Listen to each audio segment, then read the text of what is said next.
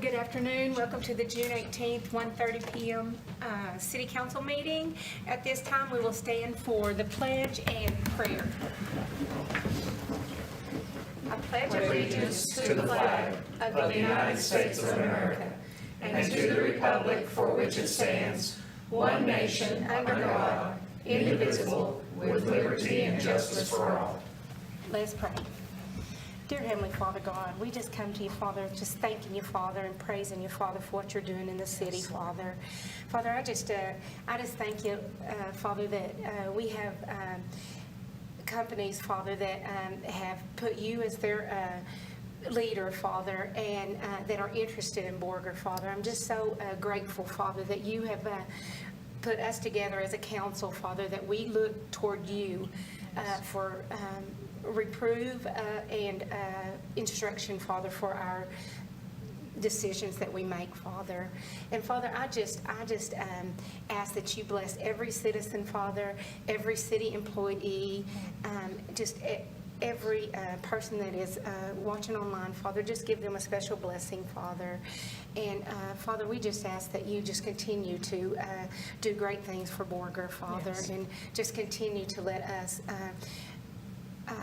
live for you, Father, and to look towards you for answers, Father.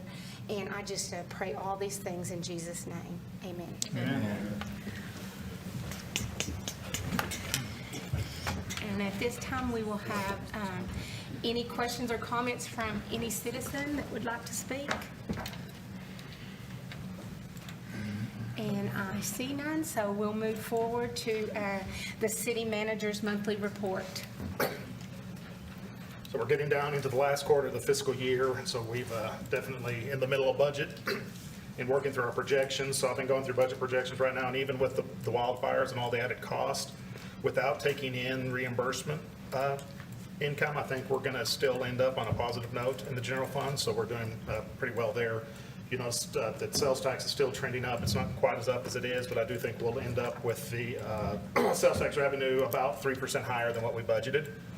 I do probably plan on bringing the mid-year budget adjustment ordinance at our next council meeting, depending on how we get through that, but everything's going pretty well there. You'll see in the utility fund, we're doing the same thing, and hotel occupancy tax is still strong.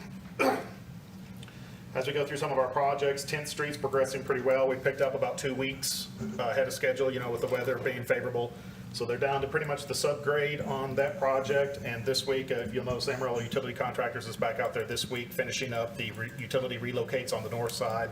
So there's a couple of fire hydrants that have to be moved and the service lines that have to be connected to the new water service we put in on the south side. Other than that, there's just a relocation. It's not even a relocation. We have to lower the manholes for the AT&T vault, but that should be it on the utility side. I think we talked about that on Deal Street. There is a AT&T phone line that crosses about where we plan to make the joint for the Deal. You know, we're going about 50 to 100 feet back on each of the side streets. So I think on Deal Street, we're going to come back. We're going to cut that just about 3 feet short to make sure that we don't interfere with that line. And just with some of the delays and issues we had on the other side, I think we all find it beneficial just to avoid it if at all possible. But so they're doing pretty good. Once we get the utilities relocated, they'll get back on concrete treating the subgrade and then bringing in base. It's looking pretty good and moving, I think, pretty fast, really. So it's kind of nice to see that progressing. We did sign the contracts for the Johnson Park Youth Center swimming pool renovation. So the last day for the pool this year will be August 3rd, and then they will start work on August 5th. So school starts just a week after that, so that's close. I think we're going to lose about a week of swimming is all we're probably going to lose. You know, as school gets started, we start using lifeguards when school summer sports and stuff starts starting. So, but we do have that progressing. If you'll notice down on our Main Street Pasture Park, the contractor's back. We're starting to do the brickwork, and so that's going to start coming together there. So that's looking pretty good. We did finally finish and are in the process of closing out the grant project for Main Street, which the pedestrian lights have been added, and now all the brickwork's been added back, so that's looking pretty well. We are next week having our pre-construction meeting with the contractor for the Rock Creek utility project, and over there by CVS where that project's going to extend into that. So we got that project moving as well too. As we start going through our departments, in plan development, Johnny Laddick's completed his first plumbing class, so that's important as we start getting him dual certified to be a building inspector, which as we get close to starting to build some homes, you know, it's going to be nice to have a few more people to spread those responsibilities around, make sure we don't hold any of that down. We have issued the permit for the water mill, which is a water and ice distribution point. That's what's going on in the old Hastings Shopping Center. That they're- Everybody been asking me that. It's either that or a photo.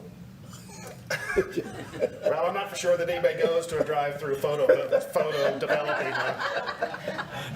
booth anymore, but it is going to be water and ice, kind of like the That one could be that's fun, though. on Cedar. That is kind of holding up. You know, we were working with Take 5 that's trying to redevelop the car wash spot there, but now that that's going in, there is some drainage, some stormwater issues, making sure that they don't, where they're going to put their stormwater if they redo that, so that's being held up just a Are they little still bit. planning on coming Take 5? I don't know. They're going to have to work through that drainage I see. issue. When the car wash was originally built there, it was all still part of that subdivision, so they could drain into their own parking lot. Now, once it changes owners, we're gonna have to work through a drainage easement or something to handle their storm water going through the parking lot and all That of car that. wash seems to be having a little bit of issues. It's shut down quite a bit. Yeah, I think that's because they're trying to sell it. But, and then Brahms is getting ready to, later this month, they'll be shutting down for their renovation. We are tearing down 2 trailers in the 1,000 block of Monroe Row, so we've got the demolition crew going, so that's been working pretty well. We have been having good response now that it's warmed up and the weeds are growing for our lawn care kits. So we've only had one issue so far with somebody mishandling it and then destroying a piece of equipment, but we've got that replaced. So I think overall still getting, Can we go back to that demolition? Mm-hmm. So how many do you think are we doing very many in a year? I mean, I'm just curious. we've done 5 this year so far, Okay. so we're back on track probably for our goal is to have 10 to 12 this year, depending, of course, remember when we abate without the asbestos survey, you get that 660 feet rule. And so we do have that on the map on our GIS website. If you go to the Borger's website, you can look at the asbestos layer and you can see all the red points where we have torn down things and then where that buffer is still required, which prevents us from tearing down others. But then, that's for so long, I mean, after. For 12 months. 12 months, okay. Yeah. And so that map, it's the way that we've got that set up, now that we're investing more into GIS, is that buffer, we put in an expiration date. So once Okay. the 12 months is met, the buffer goes away so we can look at the map and see. Okay. And what's the purpose of that? Just to let the leftover asbestos blow away? Right. In theory, it's to, the state will tell you that the scientific research says is that's the amount of feet that you have to keep the concentrations below the dangerous level so that less than that, it's not dangerous. Yeah. But at 600 feet, you just walk through and don't breathe. Right. Okay. We could probably put some caution tape up and some warning signs. But that is kind of one of the big, we abated a kitchen one time because the house was so bad and was in that 660 feet. The kitchen was seriously 320 square feet and the abatement cost was $12,000 for 320 square feet. And really to do the small stuff on the residential, sometimes it's more costly per square footage because so much of that cost is up front, mobilizing and getting everything there. So we do try to work around that. The state's given us a little bit of leeway in how we classify those, which has gotten better. We had 0 leeway there for a while because of a resident named Betty Newby that was constantly suing the city over her properties. And so, But they test that it's all friable, it has to have that, okay, restriction. and commercial structures all have to be abated. These are just residential structures where we have that Is that exception. why this apartment building, because it's considered commercial? The abatement estimate on that apartment building that we were going to tear down is over $100,000. And that is entity owned, right? And can I ask about those apartments out there in Buena Vista? Are they entity owned? No. Oh, okay. No, they're actually still habitable in the back. I see. And then like I said, back to the lawn care kits, those are going good. And of course, we're great to kind of help people help us so that they can, take care of their own stuff instead of us having to mow it. We are seeing an uptick in weeds and alleys, just a reminder, like we do every year, that you are responsible for the alleyway or easement behind your house up to the center line. We're doing pretty well with that so far this year, I think. And of course, you are seeing a big uptick in our weed notices and our, if you look at the report there, we're seeing a big uptick in that, but we're also seeing a higher number of voluntary compliance, and I think that's because we are connecting people that get violations with the lawn care kits or the bulk waste self-help trailers and things like that, so we're making pretty good progress there.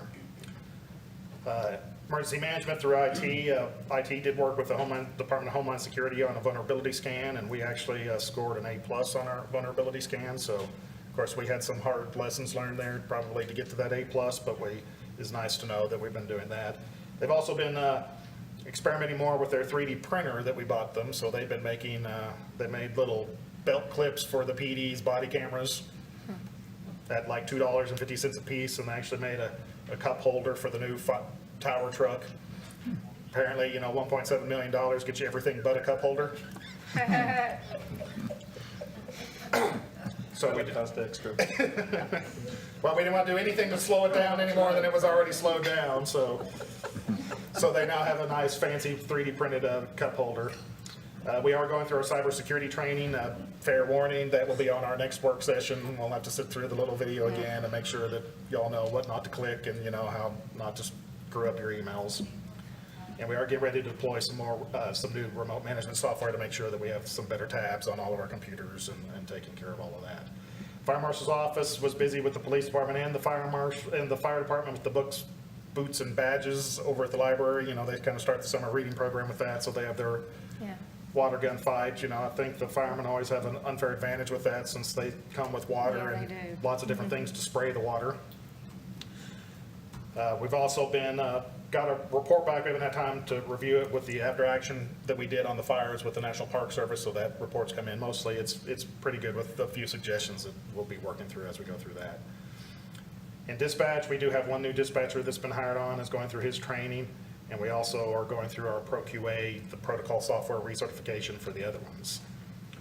Finance, Terry's been busy with our FMAG reimbursement documentation, making sure that we're able to get as much of that reimbursed as we can, so we're excited about that. I'm not for sure how we're going to budget that. I don't know that I am going to budget it, because I do think it's going to be next budget year before we receive it, and so we'll just take it as a nice windfall to offset some other costs when it gets here, but we are going through that. Christy got back from the GFOA, the Government Financial Officers Association's annual conference. She actually got a scholarship to attend that conference, and so she probably shouldn't say where she went, but she went to, how was the weather? She was in Florida. Yeah. You never know with that, but she got to learn and experience that, and saved us some money by getting that scholarship. So of course, we're definitely promote that professional development as much as we can. The city also, we did get our Distinguished Budget Presentation Award from the GFOA for the fourth year in a row. So we're excited about that. That does go show that our budgeting practices, our presentation, our transparency meet the highest standards of all government agencies. And we actually did quite well closing out the credit cards this week, last month, so they've been doing good working through that. With fire, we did, as you all know, we did have our pushing ceremony for the Tire 1, so that went pretty well. A lot of the kids seemed to have fun wiping down and pushing the fire truck. I know the hats were a big thing. The kids really liked the fire hats, that they got. And the white down cloths were real nice. I got one of those. It was really nice. Well, I used to accuse my grandpa of child labor abuses when he made us drive the car. So hopefully, we don't get sued for abusing the child labor for driving off them. So it was good. And even at the police department, it's amazing how much a cheap plastic fire hat or a cheap sticker will make a little kid happy. Then of course, Jack Dowdy completed his Instructor 1 certification, so that's exciting. Has more professional development there. We did CPR training for Nutrien, and then they participate in the library as well. Then the police department hosted, the fire department attended an active attack integrated response training. That's part of the alert active shooter training, so we got a lot of people involved in that. We'll talk a little bit about more on that in police. And then the mitigation, like I think I might have told you, we had a crew go down, all the certified sawyers went down to the Metroplex to help clean up after some of the tornado damage events earlier in the year. And so we'll see what happens with statewide responses as we are starting to see. Of course, everybody's aware of the big fire in Ruidoso, but there's a lot of fires in Arizona going on right now, so we never know when or what that'll happen. But luckily around here, it's been a little wetter, so we're doing pretty good. Public Works, we've started seal coating prep for our seal coat projects coming up, so you'll start seeing some more work there, crack sealing and weed killing and getting ready for that seal coat, which should happen probably in August. We've also started striping, restriping some of the streets as we have time, so we got the area done by Walmart. You'll notice South Main's been restriped, Tristram's been restriped, and so working through all of that. Solid Waste has been pretty busy with the bulk trailers, so they're keeping those out pretty good, so that's nice to see everybody taking care of that. We did complete an auction and are actually already getting ready for another auction as we've gotten some more things in. And of course, Public Works is getting ready to help with all of our upcoming events that are coming up. We've got Freedom on Main and some of those other things coming. Police Department, Animal Control has been working on a few more vaccination events. We've had pretty good outreach with those. And, as you look from your stats, our distemper problems definitely much improved from where it was last year because of that. And the 28th of July, we are getting ready for the animal control, and the park and public engagement is the pull paw tea. Or as Deidre started to call it, bark and wreck. That's a good one. That's a good one. So, bring your furry friends. They'll be doing cheap microchips and other vaccinations out there as well with that. So we did also help with the Beach Bash. Motorola was on site last month doing a case study on the police department. We are pretty much an integrated Motorola user now between the Spillman CAD, which is a Motorola product, and our RMS, and the body cameras, and the in-car cameras, and the radio system, and the integrated GPS radios, and that working. So they're doing a case study on that. So we're excited about that. I think I mentioned this last month, but this Friday, Officer Fisher will be in Austin to receive his State of Texas Law Enforcement Excellence Award for his Pizza with a Cop. And so we're definitely excited to see him recognized for that as one of the few officers in the state to be recognized statewide this year. So we're definitely excited about that. And then again, we mentioned a little earlier, but the police department hosted the alert attack integrated response training. So that included dispatcher, fire department, police department, Wheeler, a lot of people from around the area. So we're Boys Ranch. had some really good feedback on that. Everybody really enjoyed the class. The police department we're actually working on getting our training provider designation through TCO so that we can, teach our officers more internally, but also, provide some of that to the regional offices. So we're excited to see that coming through. Okay, utilities. Good news or bad news? Great. Let's get the bad first. The bad news is the lift at the wastewater plant has failed.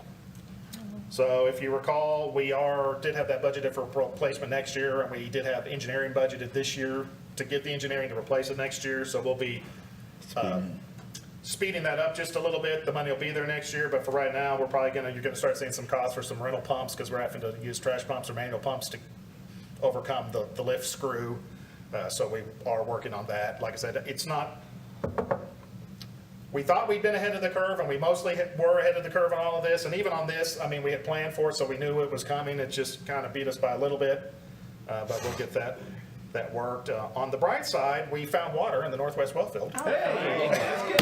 Wow, there you A go. lot of water. Water. Okay. Wow, that's great. Maybe not quite as much as we wanted, but good enough there. So we'll be looking at least for one well, kind of moving that forward after 2 weeks. So Well, that's good. like I said, kind of a mixed bag in utilities actions, but nothing that wasn't planned and a little bit of Was progress. this really deep or It's about average, I think, over Good. there, so it's not just hit the main vein?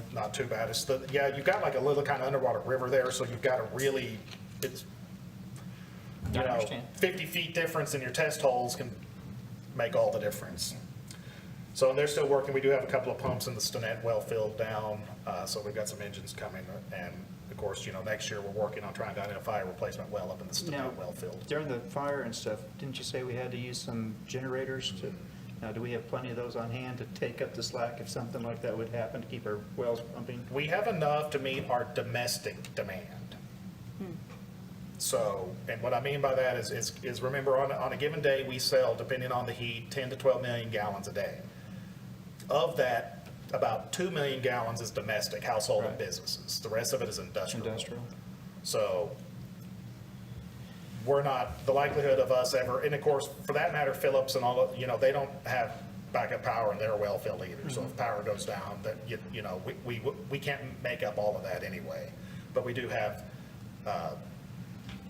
capabilities to take up some of that. We did start talking with Excel, and I think as we look forward and they look into their programs and their reliability, I did talk to them about if there are ways that we can, if we need to throw in some money to harden some of the infrastructure to some of our well fields and stuff like that, that we might be willing to do that depending on what the problem is. And I think as we go forward too, we'll look at integrating backup systems as we add new wells or opportunities to have more permanent infrastructure in place versus the Right, portable and all that right infrastructure. now is above ground lines too, right? Right.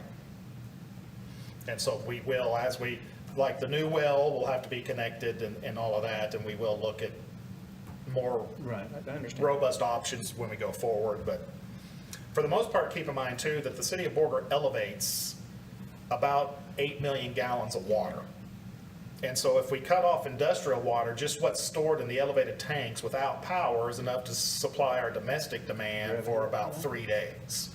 State law only requires 24 hours of elevated storage for domestic demand. So we're well above the state average, and we're way more robust than most other communities our size. Like, in Fridge, that was the problem when they lost power, is their water tank the water tower wasn't full, and so that gets depleted really quick. That's one of the benefits of our terrain, like the ground storage tanks at the water treatment plant on South Florida. The ground level at South Florida is actually the same elevation as the top of the elevated storage tank at 11th Street. So because of that, the ground storage tanks there are technically considered elevated and do provide pressure to the system. So we are pretty redundant Well, there. we know that you pre-plant for this stuff, so We try. I say you do. It's a team effort. Into public engagement, we did have a successful lemonade day during the beach bash. I don't know if y'all got to see the kids that participated in that. I will say they went all out. The ones that participated, and man, they were, every time I went by that one, I got cornered. You want lemonade? Are you sure? That was Deidre's daughter. No, that was Deidre's daughter. She was mentioning it yesterday, and since she's not here and can't defend herself, I'll go ahead and, but she was talking about that. She said her daughter was having a hard time giving change. I said she was just trying to maximize her profit.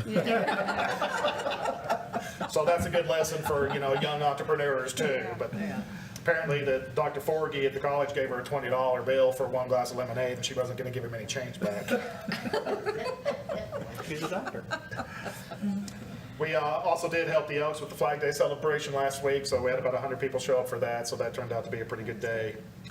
Don't forget the 22nd, that's this coming weekend. We do have our first Music on Main event that's in conjunction with the Farmers Market on downtown. They've got about 12 acts signed up to come. Very So good. that should be a good little event there. And then we are starting to, Nicole and Deidre have been working really hard getting Boomtoberfest lined out, and so as we talked about last time, we were going to do that as a battle of the bands during the day. And so we've got quite a few acts already interested in that with that big grand prize. So I think we're going to have a lot of music and everything there for that. So that's, we've actually had a pretty good, they've been working with the airport. So we're going to do a fly in with a car show up at the airport that morning. So they've actually had quite a bit of interest from the pilots and those with fancy airplanes. So there'll be some airplanes on display in addition to the cars up there. So that's going to be a pretty good deal. We do have our Freedom on Main event coming up July 6th. You remember that's pretty good. We're going to have free hot dogs and stuff there. The kids will do their little bicycle parade again. We've got the foam machine. So come down before the fireworks held at the lake and you can have a little bit of fun downtown. On the 13th of July is our adult recess. That's the skating party at the Dome. So the ticket sales there are going to go to support Project Shield, which is our public safety education campaign. So I know they're excited for that. And of course, the Eagle Press is hosting the Panhandle Publishers Association the 19th at the Dome. So we're excited to get another little conference in for that. We've got our final dumpster art submissions for this year's round of dumpster arts. And we have closed applications for the Youth Advisory Council, and so they'll be going through those and getting the Youth Advisory Council set for the next school year. So that's what we've done the last month. Questions? I don't think so. Thank you. Good job. Thank you, Gary. Thank y'all. If there's nothing else, then we'll move on to the consent agenda, 6 through 8. If anyone has any questions on that, and if not, then I will entertain a motion. I move to approve consent items 6 through 8. Second. Third, fourth. All in favor? And it passes. Item 9, consider and take appropriate action to approve an industrial district contract between the City of Borger and the following: A, Tokai Carbons, and B, IACX Rock Creek, and C, Magic Plains Industrial Park Property Owners Association. So these are the last 3 of our industrial district contracts with our industrial district partners. So we've come to terms with all of that. I do think I'm still waiting for some minor contact edits from Tokai, but we've been pretty good with that. So, of course, June 30th, this is the last day for all of that. So it's a good thing that we did get it all finished. But we've gone through all of this. I'll entertain any questions if you have any. These are, pretty much our standard terms as all the others. So everybody's on the same schedule now with the same expiration date and for the most part, the same terms. You'll see the Tokai Carbons is valued at $202,980 for the first year with a 7-year value of $1,056,316 to the city. IACX, this is actually down. The gas volumes in the region have really gone down. So what IACX is processing out there at the Rock Creek plant has really gone down. But they're valued at $36,991 for the first year and a 7-year value of $192,503. And then Magic Plains, this is the industrial boulevard area, is $10,500 for the first year and $55,191 over the term. That's what they pay to have access for city water and city trash. And then, of course, we do respond to fire out there. Magic Plains, more than anybody, benefited from the 7 Mile burn and some of our efforts there. So, they're definitely getting some value out of that agreement. But I'll entertain any questions that you might have on that. So this is a 7-year term Some starting. Starting July 1. Okay.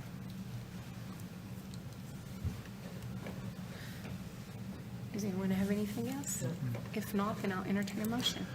I move to approve an industrial district contract between the City of Borger and Tokai Carbons LTD, IACX Rock Creek LCC, and the Magic Plains Industrial Property Owners Association. Second. And all in favor? And it passes. Moving on to number 10, consider and take appropriate action to approve an interlocal agreement for school resource officers between the City of Borger and the Borger Independent School District. Mr. Stratman.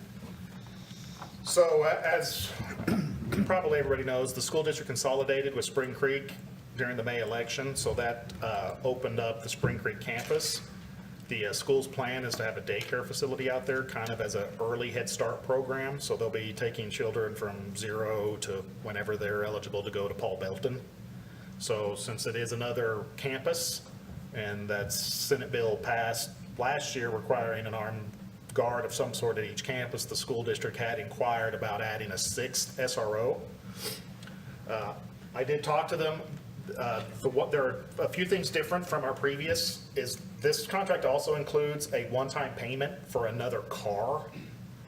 We've been absorbing the cost of patrol cars as we've added SROs. For the longest time, we had 3 SROs, and now within 2 years, we're at 6.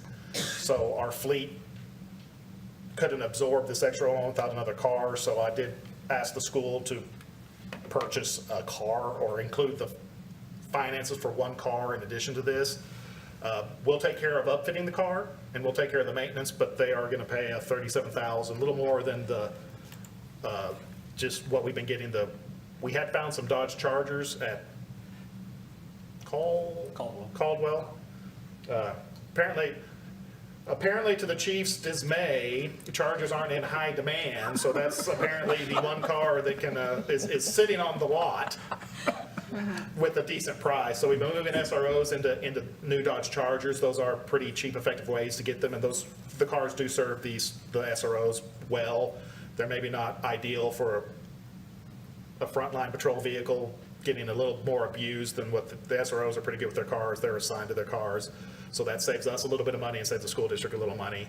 I do believe you do have that position filled. Yes, so we have a officer that works for us part-time now, that we were already planning on sending to the certification school for SROs, just in case we had somebody gone on vacation or sick or something like that, she could fill in. And then she's also shown interest in going ahead and filling that full-time position for us. So- So she'll just work through the school year and just part-time through the school year? No, ma'am, no, she'll become a she will full-time be. employee. She's willing to come full-time for an Oh, okay. SRO, I but see. Yeah, Okay. because of her schedule with family and things like that, it'd be good for her. And she's made us a great hand as a part-time officer, so it'd be a good fit for us. And since it's a daycare, will it be opened up 12 months a year, or just? I'm not sure what their plans are as far as that goes, but I mean, we can So it's the school? tackle that whenever, that's whenever doing the a time daycare? comes. there's going to be a reduced rate for their staff to use it, but I do understand that they're going to open it to the public. I still think they're working through the details on that. But daycare was one of the things that I think has been an impediment for them Yeah, getting it staff. has been, yeah. And so since they've got this new building, and it's actually probably set up better for a daycare than even a school. But since it is out there, instead of just closing and Spring Creek has been maintaining the Yeah. school, so it doesn't need massive changes to get it working. It's just a matter of staffing it and doing that. They are, like I said, I do believe their plan is to include some Head Start programs, which will get them access to some federal funding for it as well.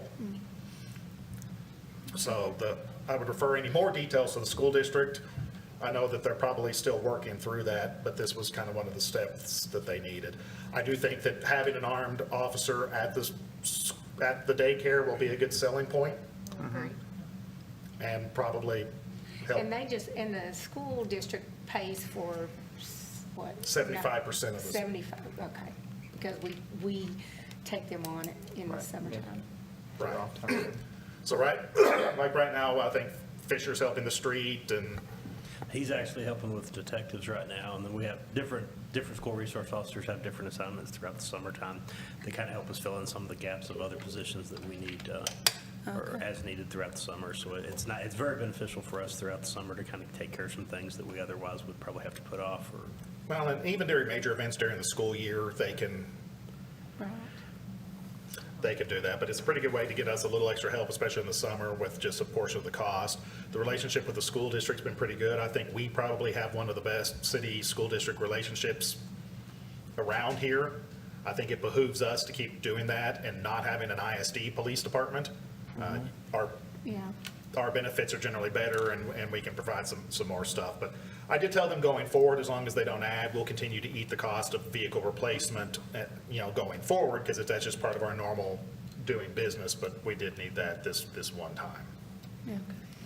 On this payment, is that going to be an upfront payment, or is it going to be a monthly? They pay at the end of the term. Okay. So we just got paid for last year's, I'm just looking at numbers here. yeah. Okay.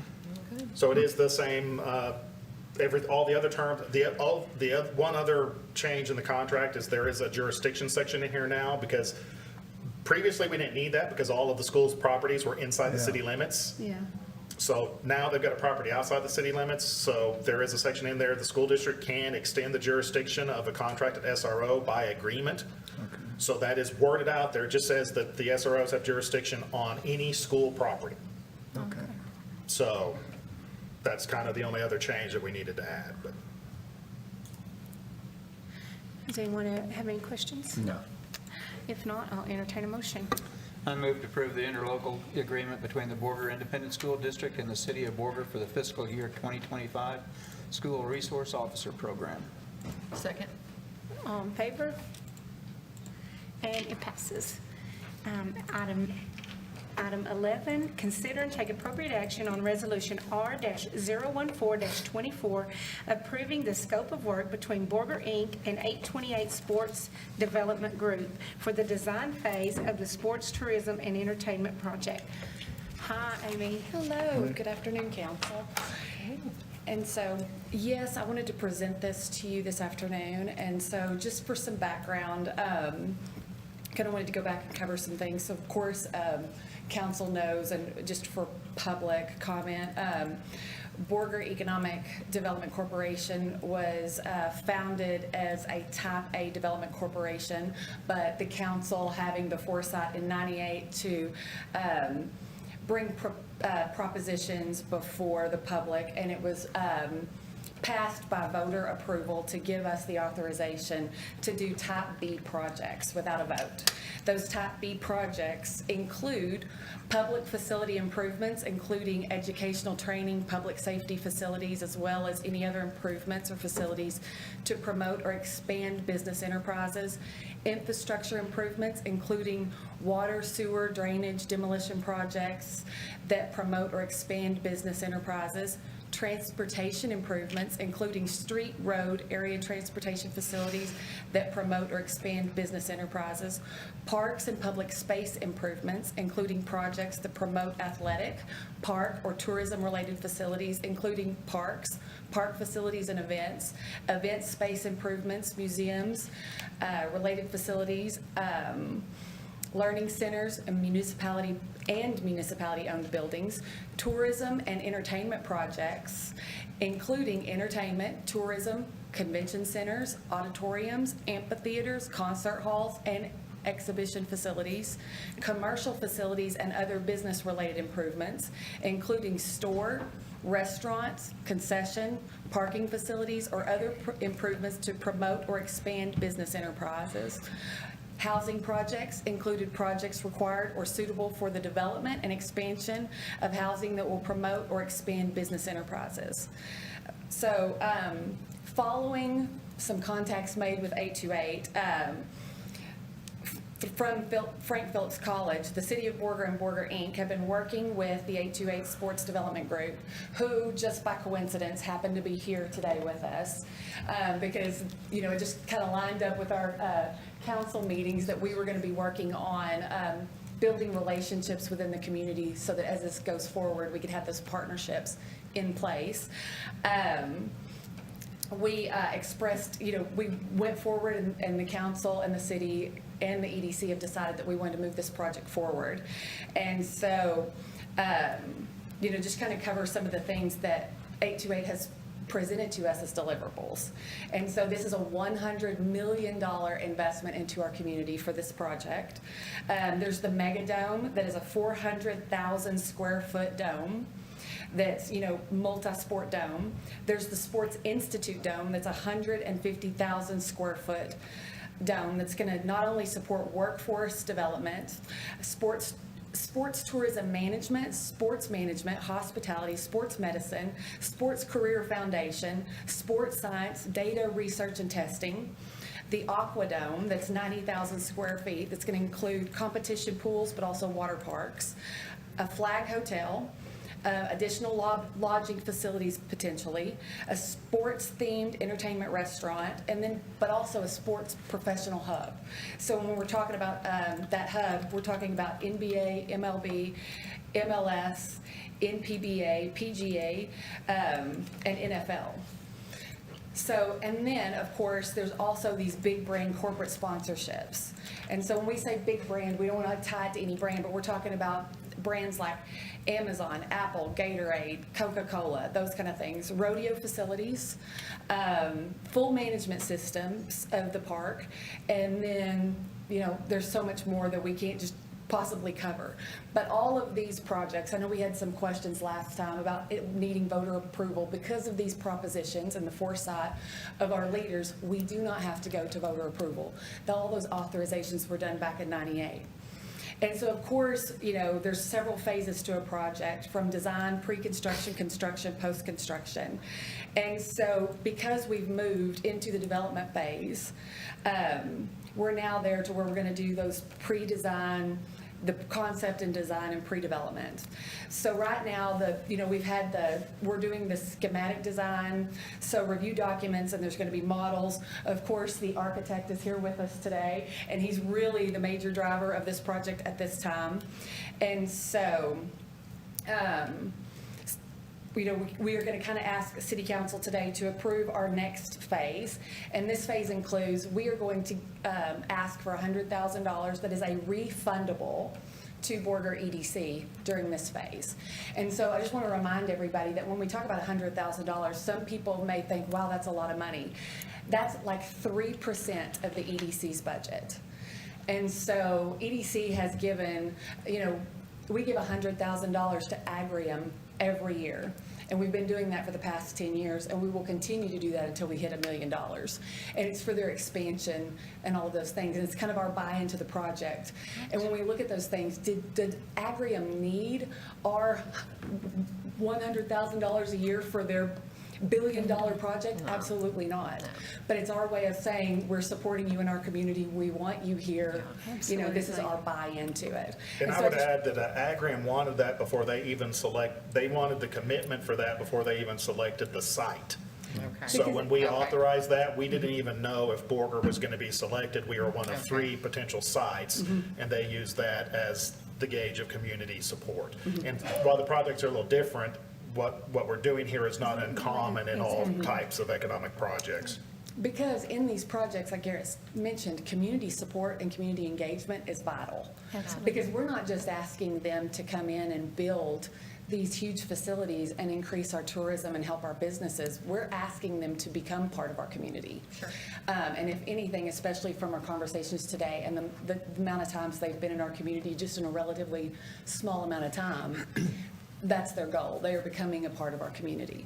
So that is what we are here to ask you today. And just to remind everybody, the EDC's budget this year was $3 million. So when we take that small, and I'm not trying to diminish it, but when we take that amount in comparison to a $100 million project, as we need to keep it in perspective, it is 3% of our budget, and it is a small amount in comparison of a $100 billion project. Agreed. And so we thank you for your consideration. Thank you. Thank you. Thank you. Thank you. I will add that the way that this resolution is structured, the way that the 828 agreement is structured, is that each phase comes in front of the council to make sure that there's still support to move into those. That's why we've been doing it in pieces like this. You'll notice that one of the scope of work that 828 is guaranteed to include us in the public engagement and support us in public engagement so that the public stays in the loop and stays aware of what's going on.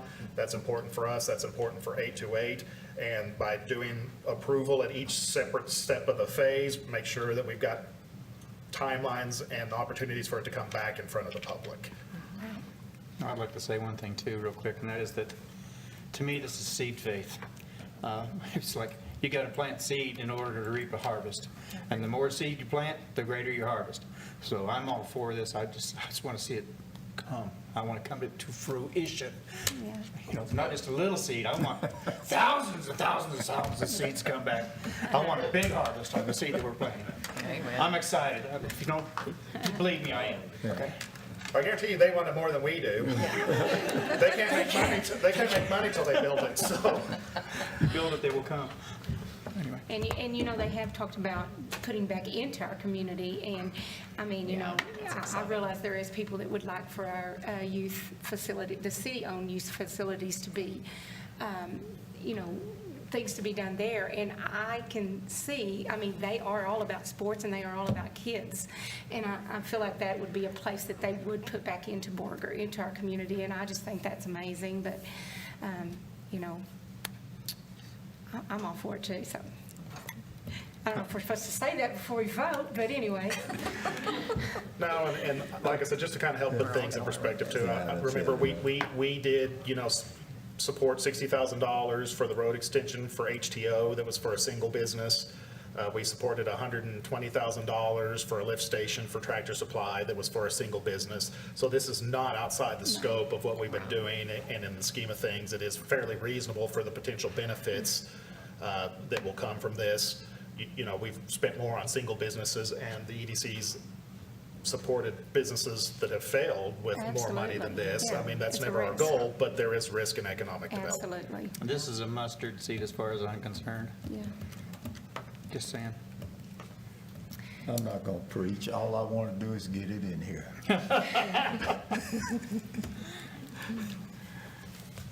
Does anyone else have anything? I figure we're all three gonna wanna read it, so there are four of us. Go ahead. So I'll entertain a motion.